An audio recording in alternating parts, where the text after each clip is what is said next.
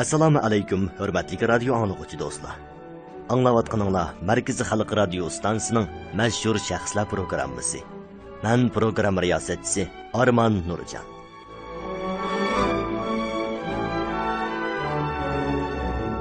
O'g'irlangan g'alba sharaflik bo'lmaydi. Men g'albini har qanday saxtpazlik vositalarining yordami bilan emas, balki ochiq oshkora qo'lga keltirishim kerak. Mana bu mashhur imperator Iskandar Zulqarnaynning o'z qaysarligi va jasoratini namoyon qiladigan so'zi.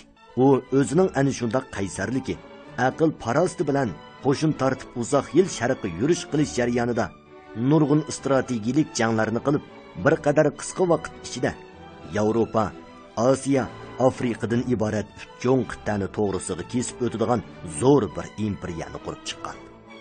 Iskandar Zulqarnayn nihoyat jafoliq sharoitda askarlar bilan hamdamda bo'lib birlikda jang qilgan va o'z askarlariga mening badallarimda hech bo'lmasa oldi tarafimda yaralanmagan yer yo'q. Mayli yaqin orliq yoki uzun orliqdan bo'lsin, mening badanimda iz qoldirmagan birmi qurol yo'q. Elish jarayonida dushmanning qilichlarini takkan. Qancha o'qya o'qlarining zarbisiga uchirganligimni bilmayman. Kaltaklanish va toshlarning zarbisiga uchrashishimmi hisobsiz bo'ldi. Bularning hammasi sizlar uchun, sizlarning shon sharafinglar va boyliqinglar uchun edi. Men sizlarni boshlab g'oliblarcha qiyofatda quruqliqlar, dengiz okeanlar, daryo iqillari, tog' tizminlari, tuzlanliklarni birla bosdim. Nurg'un g'albalarni qo'lga keltirdim. Sizlarning har biringlar mening tuqqanim degan edi.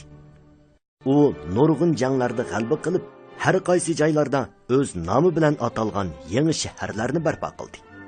Shundaqla uning qoldirgan izlari insoniyat tarixining zo'r taraqqiyotlarini qo'lga keltirdi. Afsus, u uzoq yashay olmadi. Bir umr jafo mushaqqati jang qilib, oxirida g'alba mevasini amdili tetishiga hayotidan ayrildi. Xo'sh, radio anglag'uchi do'stlar, biz bugun sizlarga ulug' imperator Iskandar Zulqarnaynning hayotiy faoliyatining davomini so'zlab bermoqchi. Yoqtirib anglaysizlar.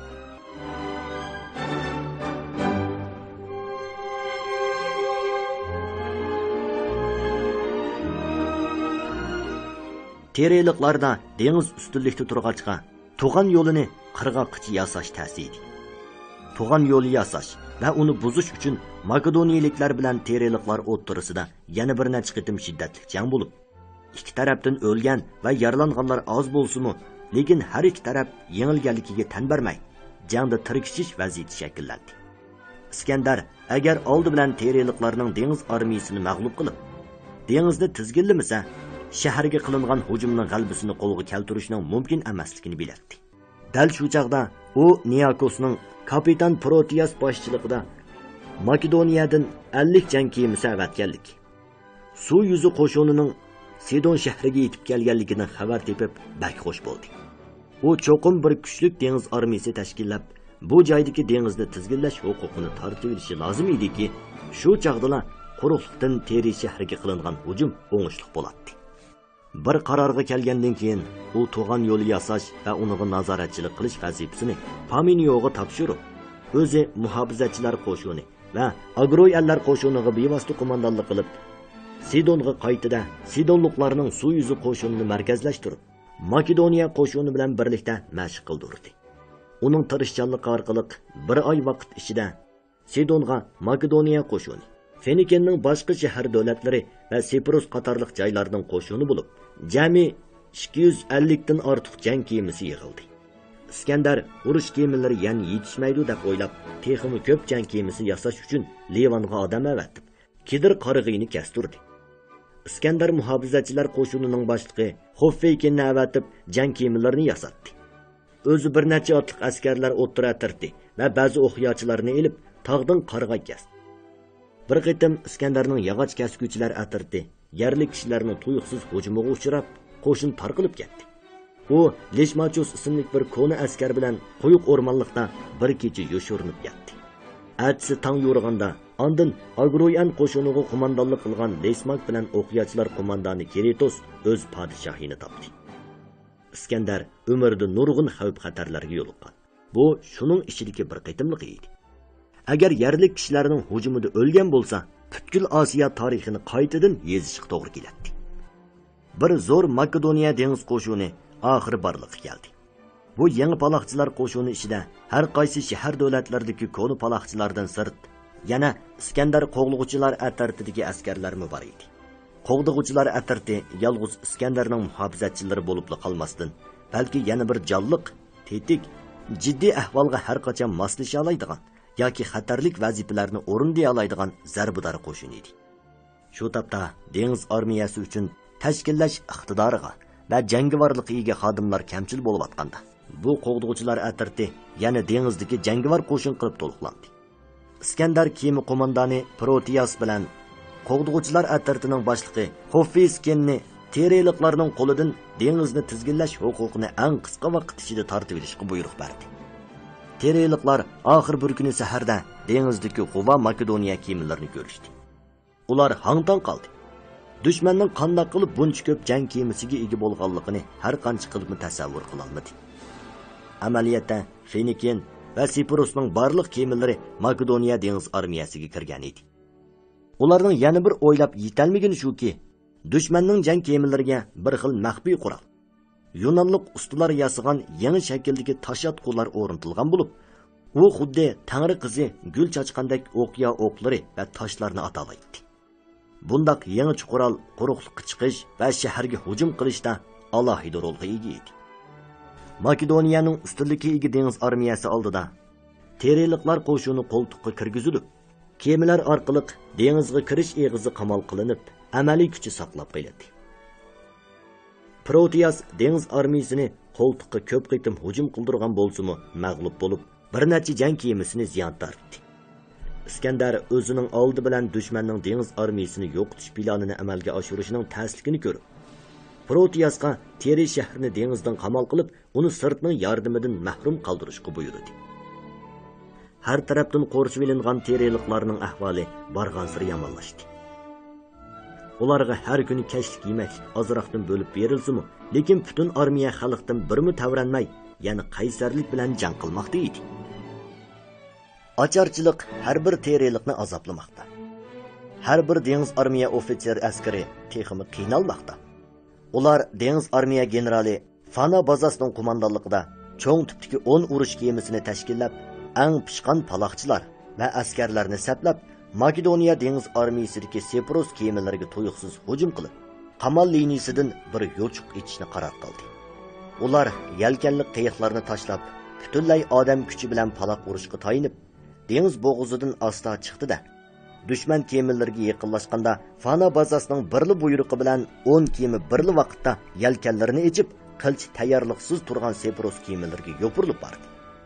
Batur pidoylar dushman kemalariga chiqib, qarshi urush qilishni tashkillashga ulgurolmagan askarlarni o'ldirdi.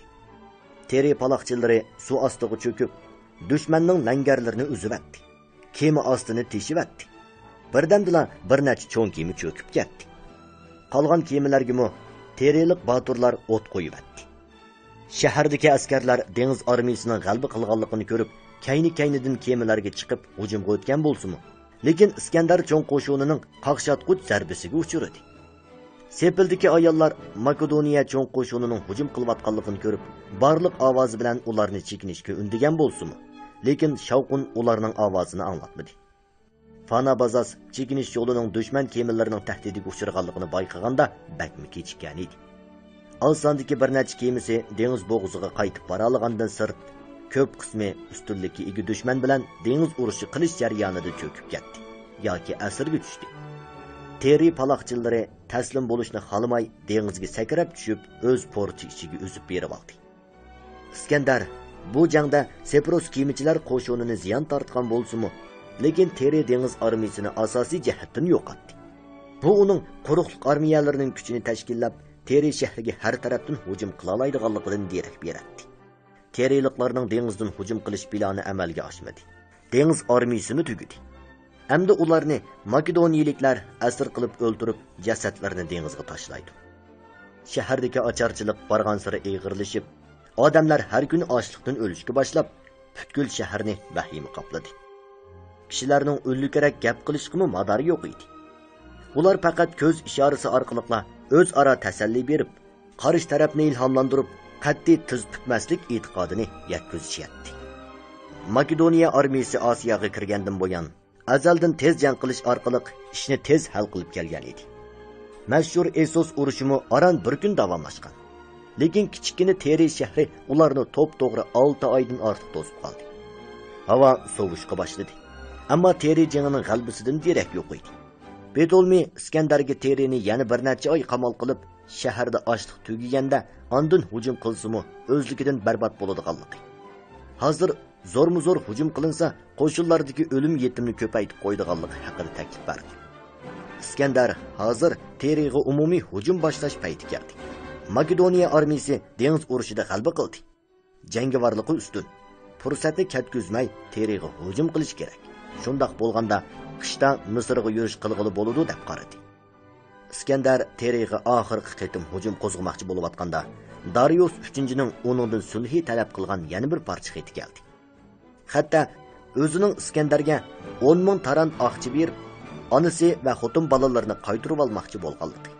Efrat daryosidan Egay dengizgacha bo'lgan butkul zaminni uninga ayirib berdiganligi. Hamda bir qizini Iskandarga yotliq qilib, shuningdan keyin o'zaro do'stona o'tadiganligini yozdi. Iskandar generallar qatnashgan bir qitimliq yig'inda Darius 3-ning sulhi talab qilib yozgan bu xatini o'qib berdi. Ko'pchilik anglab nihoyatda xo'shal bo'ldi. Peshqadam general Paminio, agar men sizlarning o'rinlarida bo'lsam, bu shartlariga qo'shilib urushni to'xtatgan bo'lardim degan edi. Iskandar, men agar siz bo'lgan bo'lsam, u chaqda men shunda qilgan bo'lardim dedi. Generallar podshoh oliylarining so'zini darhol tushuna olmadi. Iskandar yana qo'shimcha qilib mundaq dedi. Siz mangu Paminio, Iskandar bo'la olmaysiz. Iskandarning takabburlik, kamsitish pozitsiyasidan ba'zi generallar norozi bo'ldi. Lekin Iskandar buni ko'rmaganga selib, muhofizatchisiga Persiya elchisini chaqirtib keldi-da, yuqori ovozda munularni jakarladi. Darius 3-ga aytib qo'y. Men uning oltinlarini bir qism zaminlarini olmayman. Chunki uning oltinlari va zaminlarining hammasi mening. Men agar uning qizini olmoqchi bo'lsam, uni o'zim o'rlashtiraman. Men butun Osiyoning hukmroni. U o'zi bevosita kelib mening bilan ko'rishsin. Shu chaqdala alohida e'tiborga erishdi. Sulhi rad qilinib, urush yana davomlashadigan bo'ldi. Iskandar qishidagi generallar endi tamoman tushundiki, ularning podshohining nazar doirasi Yunon tarixidagi har qanday bir podshohdan eshib ketgan. U ba'zi yerlarni istilo qilish, ba'zi boyliqlarni talon-taroj qilish uchun emas, balki butkul Osiyoni istilo qilish uchun askar chiqargan edi. Milodiydan burunqi 332-yili 7 oylik shahar muhosirasidan keyin havo ochiq bir kuni Iskandar umumiy hujum farmonini tushirdi.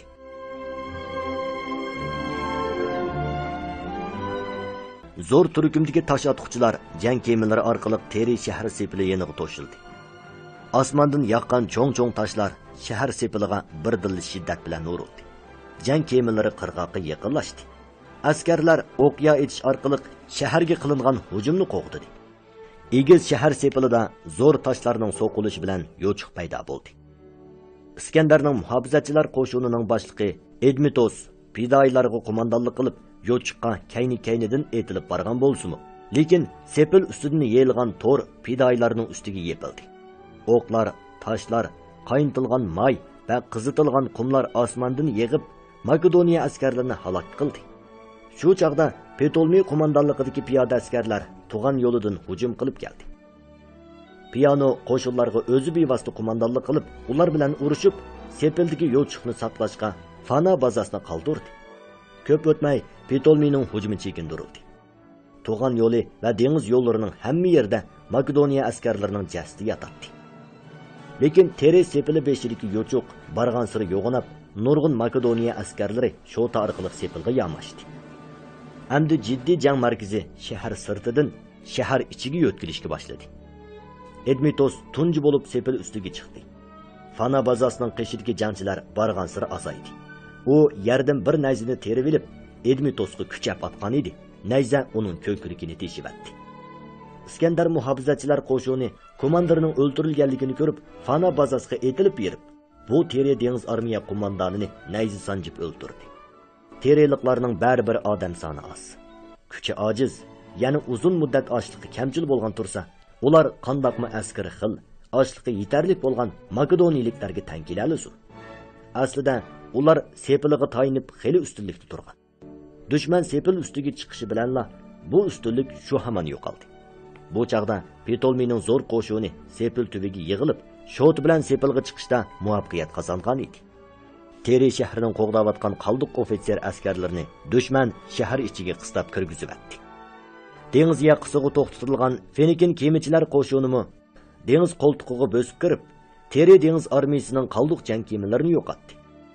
Sepros paloqchilari portga bevosita bosib kirib, shaharning shimoliy qismini egalladi. Ko'cha urushi tezda oxirlashdi. 8 mingdan ortiq Teri arlari makedoniyaliklarning qilichida yiqildi. Ptolmeyning askarlarni qirg'in qilishdan to'xtatish to'g'risida bergan taklifini Iskandar rad qildi. Iskandar bilan generallar o'ttirisidagi hang tadrijiy shakllandi. Teri shahri, ya'ni Iskandarning ilgirlash yo'lini to'sgan bu to'salg'u oxiri elib tashlandi. Lekin urush yo'li yanada uzun. U oxirgi g'alabani qo'lga keltirmaguncha urushni hargiz to'xtatmaydi.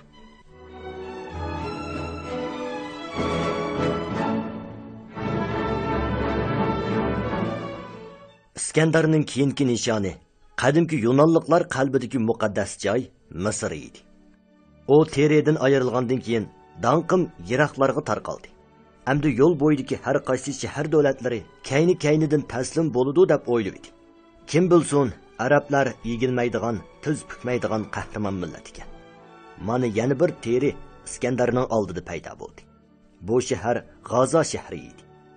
Iskandar ustun o'rinda turadigan armiyasi orqali G'azoga 10 kun qorshab hujum qilib, nurg'un ofitser askarlari o'lib va yardar bo'lib, o'zining mo'r qismi yaralangandan keyin ondan qarshilik ko'rsatishga jur'at qiladigan bu kichik shaharni aron oldi.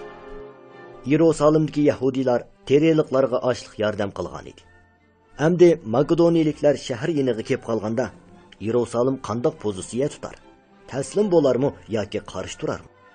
Kishilar cho'ng kohin Yahvoga umid bog'ladi. Yahvo nima qilishini bilolmay, bir kecha o'ylangandan keyin oxiri izzat obro'yliq bir xil taslim bo'lish usulini topdi. Ikkinchi kun atiganda Yahvo beg'irrang nimchi kiyib, ilohiy tilovatxonadagi barliq kohinlarga eng yangi kiyimlarni kiydirib, shahar darvozasini ochishni buyurdi. U kohinlarni o'z bevosita boshlab shahardan chiqib, shaharga hujum qilmoqchi bo'layotgan makedoniyaliklarni qarshi olish qilmoqdi.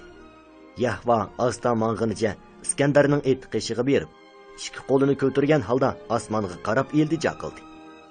Ey Tangrim, men barliq Yerusalim aholisiga vakolatan seningdan yosh Makedoniya podshohiga panohlik tilayman dedi. Iskandar kulimsirginicha otdan tushib, Yahvoning oldida hurmat bilan tizlanib, o'z ismini cho'ng kohinning beg'irrang nimchisiga yozdi. Ondan Yahvoning belikini tutgan holda uning bilan birga Yerusalimga kirdi. Iskandarning kaynidan mangan generallar intayin hayron qilishdi. Bo'libmi, jangda rosa beyvilishni o'ylagan generallar buni faqat tushunolmadi. Janoblari nima uchun bunday qildilar deb asta so'radi Ptolmey. Iskandar mundaq deb javob berdi.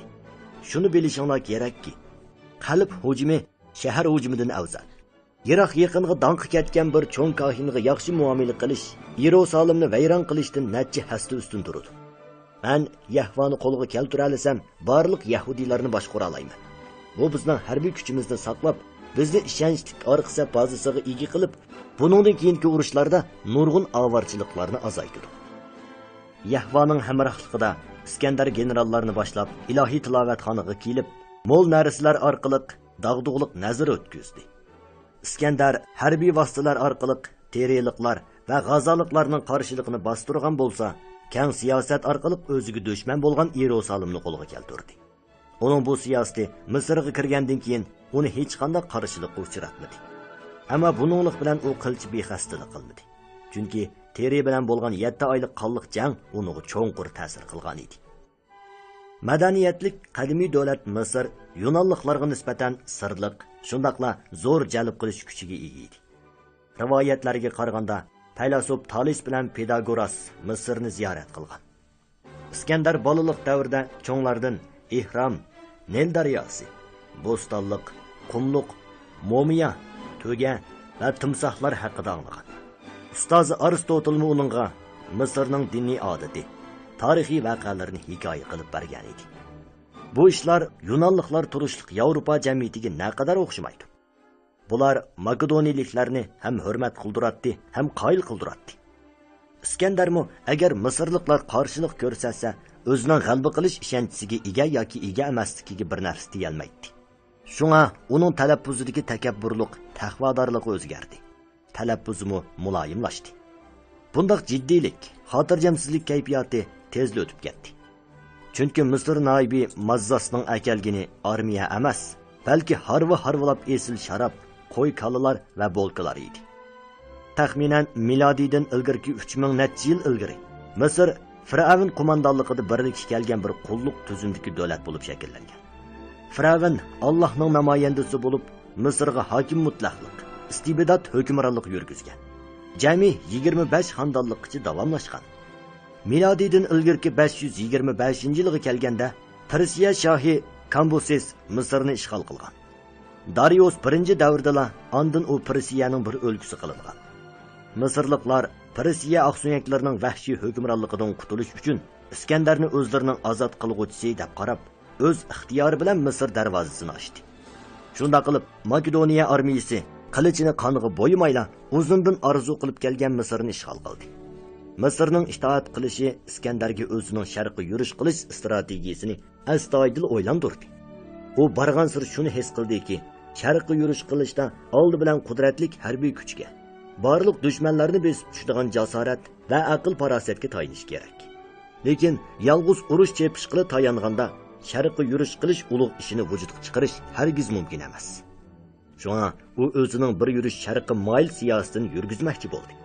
Mana bu uning o'zi aytgan qalb hujumini shahar hujumidan ustun o'ringa qo'yish siyosati bo'lib, u Misrda bu yangi siyosatni sinab baxmoqchi bo'ldi. Iskandar bir yangi qo'shinni boshlab, kema bilan Nil daryosidan mengib, Nil daryosining dengizga kirish eg'iziga keldi.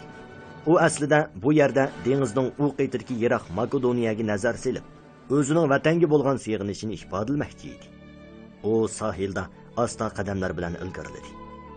Makedoniya bu yerdan bak yiroq bo'lib, oddiy ko'z bilan hargiz ko'rgili bo'lmaydi. Agar kemaga o'ltirib shimolga yursa, u chaqda u eng yaqin yo'l bo'lardi. Bu yerda bir port shahri bo'lgan bo'lsa, naqadar yaxshi bo'lardi. Makedoniya yolg'iz dengiz yo'li orqali Misr bilan bevosita savdo qilish bilan qolmasdan, balki yana Nil daryosi orqali Misrga kira oladi. Port shahri bo'lmasa, birini selish kerak. Iskandar o'z-o'ziga shunday dedi. Iskandar qo'shin bilan birga yurgan geograflar, tarixshunoslar, injenerlarni elib Nil daryosi deltasining g'arbi tarafidagi dengizga kirish eg'iz rayonini bir necha kun tekshirdi. Tekshirish natijasida ko'pchilik bu yerda shahar va port yasashga birdak qo'shildi. Iskandar shu hamon bu yerga Iskandariya deb nom berdi. Qaror qilingandan keyin darhol o'rinlash kerak. Iskandar armiyani mushu Qaqas dengiz sohilida qo'ndirish, otliq askarlar va Agruyan qo'shinini avatib, har qaysi joylardan xalq ishchilarini elish. Sabiq Misr noibi Mazzasdan Nil daryosi eg'iziga shahar silishga zarur bo'lgan yog'och materiallari, tosh va amgak kuchlarini darhol to'shib kelishni talab qilish haqida farmon tushirdi. Iskandar bir qator farmonlarni chiqargandan keyin Chidirda yolg'iz o'ltirib, bu yangi shaharning o'rinlashtirishi va qurilmasini, ya'ni qayerga cherkov silish, qayerga majlis zali, bozor, ko'chalar silish qatorliqlarni loyihaladi. Iskandar bir necha kun boshqa turib, oxiri o'z loyihasini bitirdi. Sepil tomlarining o'rnini qandoq belgilashda naq maydonga berib o'lchash kerak edi. Bu chaqda minglagan, tumanlagan amgak qo'shini bu yerga yeb bo'lgan. Kema tarti zo'r miqdorda yog'och materiallari va toshlarni to'shib keldi.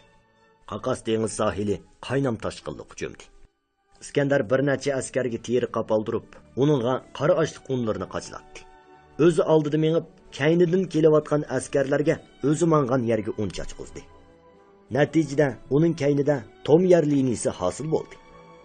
Iskandar o'z xiyolidagi shaharni bir aylangandan keyin bu yangi shaharning fasili belgilandi. Mana bu kelgusidagi sepil tomlarining konkret o'rni edi. Iskandarning loyihasi bo'yicha shahar ichi Misrliklar, Yunonliklar, Yahudiylardan iborat 3 o'ltiraq rayonga ayrilgan edi. shaharda o'zaro kesib o'tadigan ikki asosiy ko'cha bo'lib, sharqdan g'arbga yo'nalganining uzunligi 5 kilometr. Janubdan shimolga so'zilganining uzunligi 2 kilometr edi.